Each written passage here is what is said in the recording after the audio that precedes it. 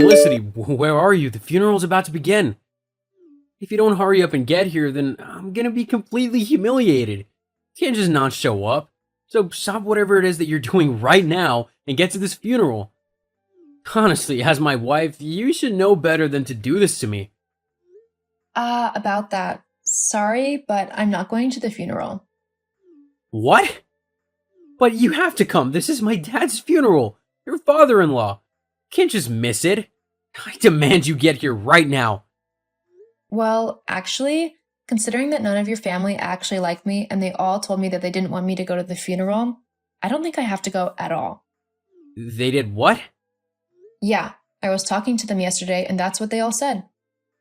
Well, I didn't hear anything. When did they say that to you anyway? I mean, I was with you and my family the entire time yesterday, and I don't remember them saying anything like that to you. To be honest, I think you're just making it all up. You just can't stand not being the center of attention, can you? Well, first of all, that's not true at all, and you know it. Secondly, of course you wouldn't remember. You were already blackout drunk before the evening had even started. I'm surprised you can remember anything at all from that day. I mean, I'm pretty sure that by that point you had passed out on your mom's sofa and were fast asleep. You wouldn't remember anything your family said to me because you weren't even conscious when they did. Well, that just supports me even more. What? How? Because you simply could have just made those accusations up, thinking that I would never know because I wasn't awake. You're just trying to alienate me from my family to have me all to yourself. And to think that you would act in such a callous and selfish way on the day of my father's funeral. Honestly, who do you think you are? I'm not lying, and I'm not making anything up. Your family told me that they wish that I had never married you and that they didn't want me anywhere near your father's funeral. Your mom even told me that she can't wait for us to get divorced because she absolutely hates spending time with me. She couldn't stand the fact that your dad and I got along really well. She was jealous and told me that since Jerry was no longer around, I had no business going around to her house or spending any time with her and the rest of your family. She basically told me to get lost and never speak to anyone in your family again. So, that's what I'm doing. I left your mom's house early this morning before anyone else was up, so that I wouldn't have to interact with anyone. I've gone back home and I won't be attending your father's funeral, even though I would have loved to have said my goodbyes to the only man I have ever been able to call a father figure. God knows my own dad wasn't any good.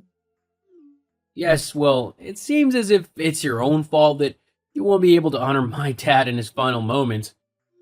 What? Have you not been listening to a word that I've said? It was your family who drove me out of the funeral. I know that, but you must have done something to make them so mad that they would kick you out of the funeral. They wouldn't do that just on a whim, so you must have upset them somehow. Maybe if you apologize to them, then they'll let you visit them. Obviously, you won't be able to come to the funeral now as you won't make it in time, but you could always come to the wake. Just bring my brother, my sister, and my mom a gift to say you're sorry. Actually, you should probably grab me something as well, as compensation for making me look stupid to everyone else at the funeral. I mean, I look like a loser who can't get a wife because you're not here. You really owe me big time for stitching me up like this. I'm not going to buy anyone anything. I've done nothing wrong. Your family are the ones who were cruel and unnecessarily mean to me, so they're the ones who should be apologizing. As for not coming to the funeral, I can't believe that you're so selfish that you're more bothered about how you look and how I've been made to feel so horrible. Well, I can't mollycoddle you every time something hurts your feelings. I'd get nothing done all day. Besides, you have to admit that this is partly your fault. How is this my fault? Well, you were pretty close to my dad. It was like you were trying to monopolize his time whenever you went to visit. I mean, I get that your dad left you when you were 7 years old, but that doesn't mean you get to steal mine. That's probably why my family's annoyed with you.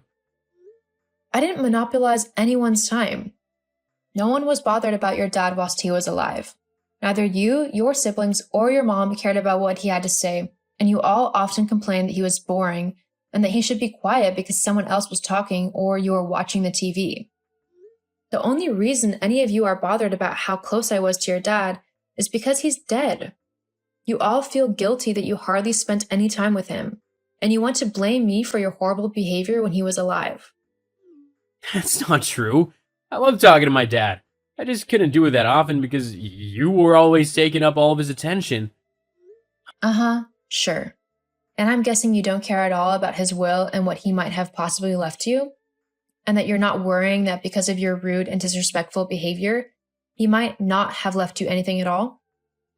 Oh, please, I'm his son. Of course he's left me something in his will. He wouldn't just leave his family with nothing. He did love us, you know. Well, with how you treated him, I wouldn't be surprised if he thought that you and the rest of your family hated him. I'm pretty sure I'm the only one who ever took the time to talk to your dad and get to know him properly. Don't act as if you knew my dad better than me. He raised me. I knew him much better than you ever could. Oh, really? Yes. Okay then. What was his favorite meal? Huh? His favorite meal. What was it?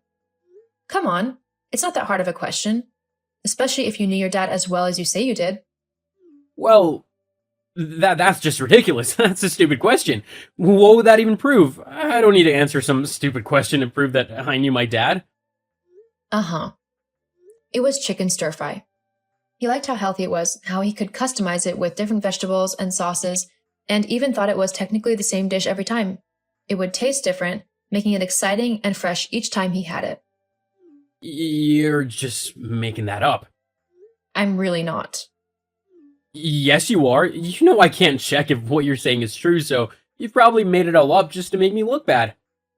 I really haven't. Also, I've just noticed the time. Have you been texting through your dad's funeral? And it's not like anything interesting is happening. I've sung the hymns when I've had to and stuff. Besides, he's not going anywhere, is he? Wow. And you say that you and the rest of your family wanted to spend more time with him. Are you seriously judging me right now? Honestly, for a wife, you really don't tick off all of the good criteria, do you? And what's that supposed to mean? Well, for starters, you're supposed to listen to your husband and do whatever they tell you to, which you clearly don't do. You should also do all the cooking and cleaning. Have we gone back to the 1950s all of a sudden? I mean, honestly, I'm not just someone that you can order around and have follow your every command and whim. We live in the 21st century, in case you haven't noticed. And thankfully, women have fought long and hard enough that they can have their own lives and opinions, and they can do whatever they want, regardless if a man says they should or shouldn't. Ugh, don't go on to me with all that feminist rubbish. I really can't be bothered with it all. Well, like it or not, I'm an independent woman and I won't be ordered around like a maid. Whatever, I'm going now. The funeral is finally over, so I'm gonna go and get drunk with my family at the wake. Don't bother messaging me because I won't answer. In fact, I probably won't be home tonight, or if I am, it will be very early in the morning. So don't bother waiting up for me. Fine, I won't. Great. Now, goodbye. Whilst I'm gone, why not try and make yourself useful and do some housework or something? Uh-huh. Whatever. Ugh, Felicity. Oh, where are you? I need some water and some aspirin. Bring some to me. Oh, Lawson, you're finally awake. With how drunk you were last night, I wasn't sure whether you'd be waking up before the afternoon today. I really don't have time for your annoying sass today. Just bring me my drink and aspirin. I've got a horrible headache. Yes, I thought that you'd be feeling a bit rough today. But sadly for you, I'm not in, so you'll have to grab your own drink and tablets. What? Where are you?